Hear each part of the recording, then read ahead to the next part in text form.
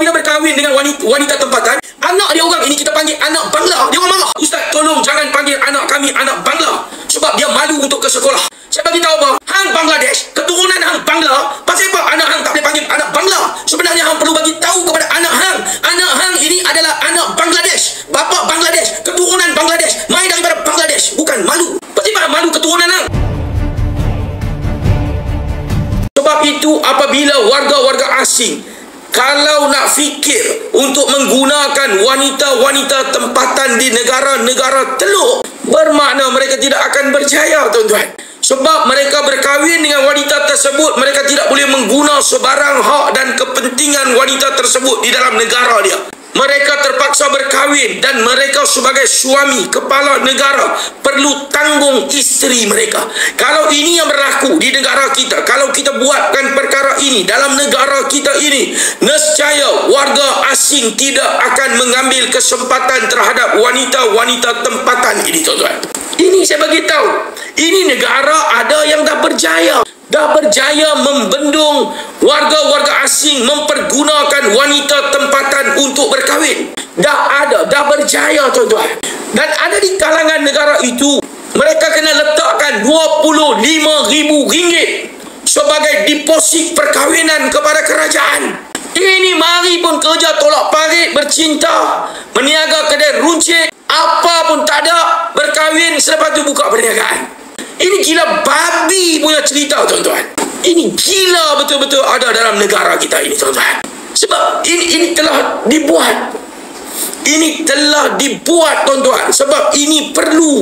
Sebab itu kita sekarang ini gerakkan rakyat, fahamkan rakyat, buka minda rakyat, supaya rakyat menjadi semak dan imbang kepada kerajaan. Rakyat perlu semak dan imbang kepada kerajaan. Rakyat perlu memberi tekanan, perlu memberi kritikan kepada kerajaan dalam isu melibatkan lambakan pendatang haram. Mereka ini bukan sekadar menceroboh, tetapi mereka juga sedang melaksanakan agenda sulit. Modus operandi mereka mempergunakan wanita-wanita tempatan untuk mereka terus kekal dalam negara kita. Ini Malaysia ini menjadi satu tempat hak bagi mereka untuk datang berkahwin dan membiak dalam negara kita. Ini, tuan-tuan. Ini yang sedang berlaku dalam negara kita ini. Sampai bila rakyat nak perlu berkongsi dengan warga asing yang mempunyai agenda yang jahat ini. Mereka ini daripada negara-negara susah, negara-negara sumber, hidup merempat dalam negara mereka. Mereka tidak ada peluang-peluang pekerjaan. Mereka ini negara yang mempunyai lambakan populasi penduduk dalam dunia ini. Tetapi mereka bebas dalam negara kita. Mereka bebas datang dalam negara kita, buka perniagaan, berkahwin, gunakan nama isteri, daftarkan nama isteri, buat pinjaman atas nama isteri, buka perniagaan atas nama isteri, beli kenderaan atas nama isteri, dan mereka jalankan operasi keseluruhan atas nama isteri mereka ini, tuan-tuan. Adakah wanita ini tidak dipergunakan? Cuba kita biarkan wanita ini berkahwin dan kita batalkan kelebihan-kelebihan yang ada terhadap wanita ini untuk tidak boleh nak dipergunakan oleh warga asing ini. Nescaya mereka juga tidak akan berkahwin dengan wanita-wanita tempatan ini, melainkan mereka berkahwin sekarang ini adalah untuk kepentingan mereka kekal dalam negara kita. Kita bukan mendiskriminasikan wanita, bukan. Tetapi kita nak bagi tahu undang-undang yang ada sekarang ini dalam negara kita ini diambil kesempatan oleh warga-warga asing yang akan berkahwin dengan wanita tempatan untuk mempergunakan nama wanita-wanita tempatan ini, tuan-tuan.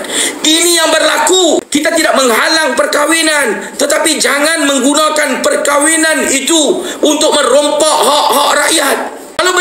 Kalau betul berkahwin dengan isteri, ambil saja isteri, tak ada masalah. Ambil saja isteri, apa ada masalah? Ini masalahnya apabila berkahwin dengan wanita tempatan, anak dia orang ini kita panggil anak bangla, dia orang marah. Anak itu marah. Saya pernah dihubungi oleh berjumpa dengan bangla ni semua, tuan-tuan. Dia orang bagi tahu apa? Adakah seorang bapa malu untuk bagi tahu anak dia ini anak Bangla? Habis itu dia mau apa? Kahwin dengan wanita tempatan, letak anak dia Melayu. Gila babi ini tuan-tuan. Dia orang ini, keturunan dia orang pun dia orang nafi. Keturunan sebagai Bangladesh pun dia orang nafi. Bermakna dia orang mempunyai agenda untuk kahwin di sini, tukar keturunan, letakkan anak dia orang ini sebagai Melayu. Dia orang sendiri tidak boleh terima keturunan dia orang sendiri. Dia orang sendiri menjadi hina keturunan dia orang sendiri. Dia orang sendiri menjadi hina negara dia orang sendiri. Ini realiti.